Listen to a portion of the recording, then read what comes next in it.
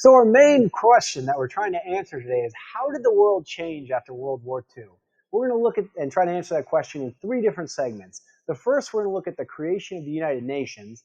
The second segment is going to talk about the rise of the Iron Curtain.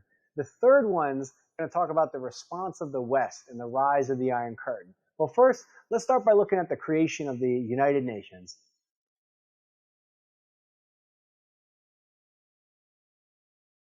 Now, let me take you a little bit further back in history to teach you about a little more, well, history. Now, the League of Nations was created to prevent conflict after World War I. However, as we just learned, it failed to prevent World War II. So after World War II, people were more determined to foster international cooperation. So with that determination, they created a brand new organization called the United Nations. Let's take a look at what the United Nation is and the founding of it. It was founded in 1945 with 46 nations that gathered in San Francisco on the West Coast to create the United Nations. Now, the US, the UK, the USSR, and China helped create the UN structure, and these big four really determined the policy and had the final say in most of the policies. In total, though, 50 nations signed the first UN charter. Now, the person who was really influential in creating the UN was this lady, Mary McLeod Bethune, and she really participated in the creating of the United Nations. She was appointed by President Truman to represent the United States. She was an educator and a civil rights leader as well, and she founded an African American school and became Bethune-Cookman University. And finally, she was an advisor to President Roosevelt as well. So pretty dynamic and incredible woman.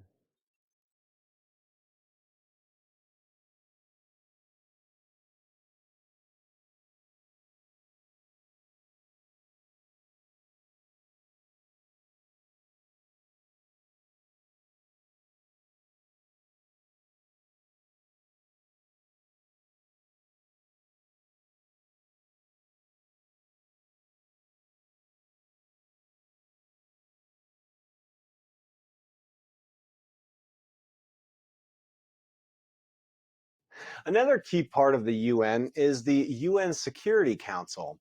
And the main point of them was they were created to lead the UN's effort to maintain peace. And they can settle these disputes through sanctions and also through various peacekeeping forces. We'll take a look at that in 1 second. Now, the UN Security Council, it has five permanent members: the US, the USSR during that time, currently Russia, China, France, and finally the United Kingdom. You can see them meeting right here. But in addition to those five, there are 15 other members that are on a rotating basis that are part of the UN Security Council. But these five right here, they all have the very important task of the veto. So if the United Kingdom doesn't like something that China is doing, the United Kingdom can veto it and nothing will happen. It's a very important power that they have. If you look at the UN peacekeeping forces today, these are actually, the key thing here is they are military units. And their primary mission is to prevent or to diffuse armed conflicts. They started in 1948 with the Arab-Israeli war, but they've also been used in Libya and in Haiti. You can spot the UN peacekeepers because they have the blue berets on and many times the blue helmets. The next thing we need to be able to chat about is the Declaration of Human Rights. And here you can see Eleanor Roosevelt actually holding one of the first copies of it. Now, we can't really talk about the Declaration of Human Rights without first understanding this key vocabulary term of what are human rights. Take a look at this with me. Human rights are the universal rights that belong to every person, such as the right to life, freedom from torture and slavery, and freedom of thought, conscience, and religion. So these are the basic rights that the world thought during this time period all humans should have, and they continue to try to enforce this. As we spoke before, Eleanor Roosevelt, she led the effort to draft the UN Declaration of Rights. And she did it because she saw the absolute horrors of the Holocaust. So she saw that, and as a response to that, she pushed for the Declaration of Human Rights. And this promises civil, political, economic, social, and cultural rights. Now, it's a non binding agreement, but most of the world does follow the Universal Declaration of Human Rights. And another way that the UN can really make a difference in the world is through their cooperative organizations. And these help promote stability through, like we said, these organizations. Some of them, for example, the World Health Organization, which, as the name suggests, encourages health. Another one is the UN High Commissioner on Refugees. They play instrumental roles in finding refugees new homes. You see this a lot in 2013 and into 2014 in Syria, where the UN High Commission for Refugees is playing a key role there. The third is UNICEF, which worries about children. And finally, the International Monetary Fund, or IMF, and World Bank. And the key thing here is that all of these, they work together to promote stability. So the big takeaway is that you can see that the UN is a multifaceted and has multiple missions while it tries to promote peace and stability throughout the world.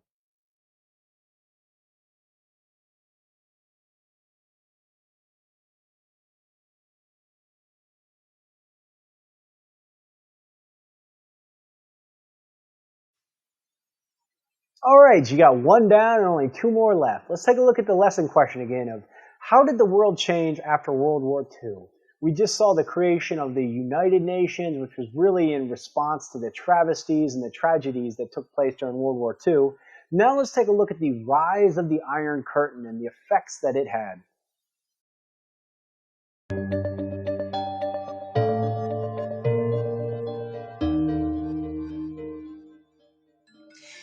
In the early 1900s, the British Empire controlled a large portion of the world. The British Empire at this time was the world's only superpower. But after World War II, two new superpowers emerged in its place. One was the USSR, also called the Soviet Union. The second was the United States. These two superpowers could not have been more different. Let's take a look at their different political and economic systems.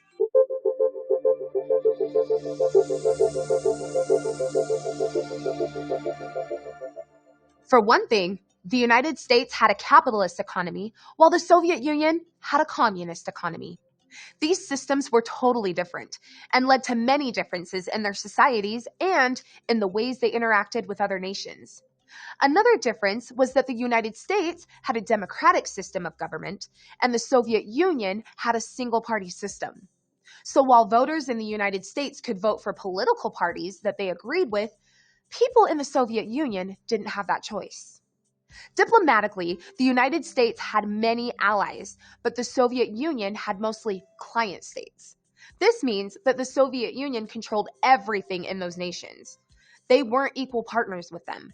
And the United States was geographically isolated because it had oceans on both sides of it. On the other hand, the Soviet Union had borders to protect against nations that were hostile to it. The United States did border a couple other nations, but it wasn't on unfriendly terms with them, so it didn't have to worry about protecting itself against them. These two superpowers really were like oil and water, and all these differences only added fuel to the fire as they competed for power in the coming decades.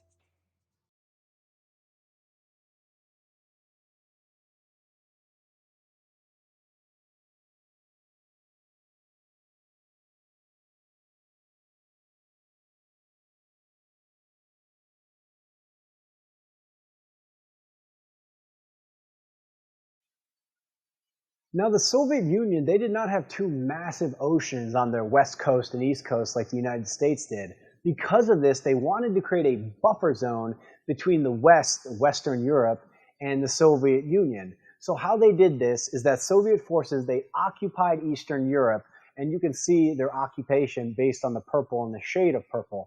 and they set up puppet governments in those countries. Now, what we're talking about in puppet governments is that the government in those countries, let's say Eastern Germany right here, those government officials there were controlled by the Soviet Union located here. That's what we mean by puppet governments. Now, the Soviet Union also set up client states in Europe, and they controlled these other states, these other nations, in three separate ways. Number one, which we just discussed, through puppet governments, which were controlled by the Soviet Union. The other way is through support for other communist governments. And the third way is through military occupation. So if a nation wanted to get out of hand or wanted to rebel against the Soviets would send the military in and would crush the rebellion.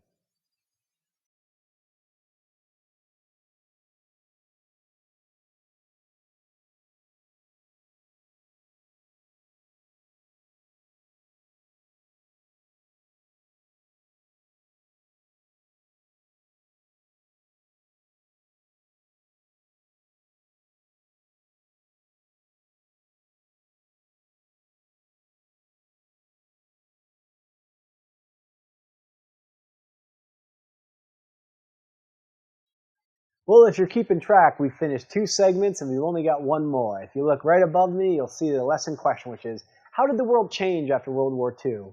We saw the creation of the United Nations, then we saw the rise of the Iron Curtain and the Soviet influence in vast parts of Europe.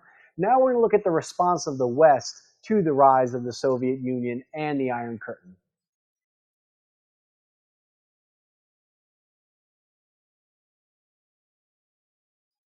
Well, the USSR and the Western nations, they had several disagreements before and during World War I and World War II.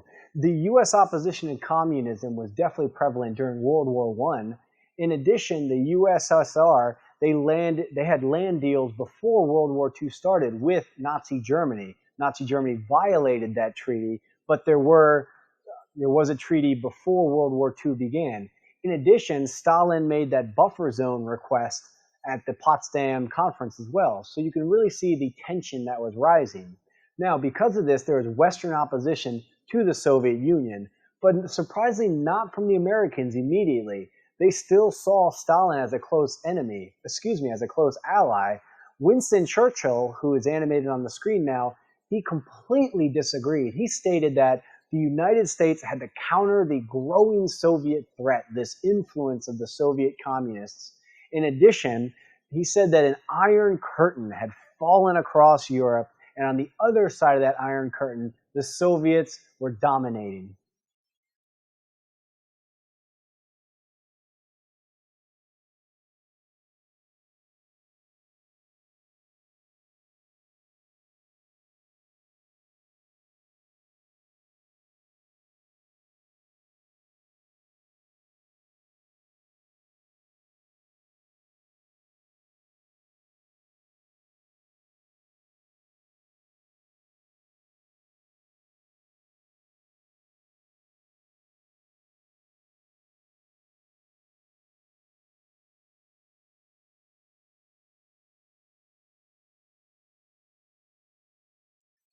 Well, although a vast number of Americans thought of Stalin as an ally, President Truman during this time, he agreed with Churchill, seeing that the Soviets were not allies at all anymore. And he worried about the growing communist influence around the globe, not just within Europe. And he believed that the U.S. must help the free people of the world. So, wanting to help the free people of the world, he issued the Truman Doctrine, which said that the United States would provide financial and military aid to countries fighting a communist takeover. And his policy that he established and also was proposed by U.S. diplomat George Kennan was the policy of containment. And containment argued that the United States, they should not try to fight the Soviet Union directly in a confrontation like in World War II we fought the Germans.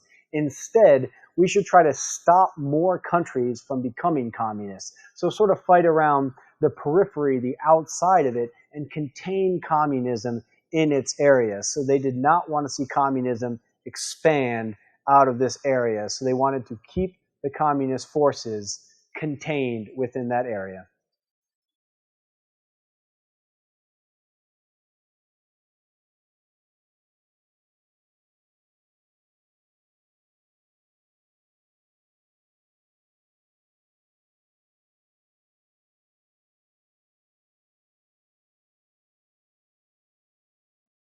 Well, if you've ever been a really little kid and you've ever played with dominoes and you've lined them up next to each other and then you knock one over and it knocks the next one and knocks the other one, next to the other one, think about that idea when we talk about the domino theory, which is where supporters of containment, they were worried and they believed that if communism wasn't stopped in one country, it would jump or knock over into another one. This was called the domino theory, that one nation adopts communism, let's say the USSR, nearby nations are more likely to adopt communism, let's say those Eastern European nations, and finally, communism would spread throughout the world.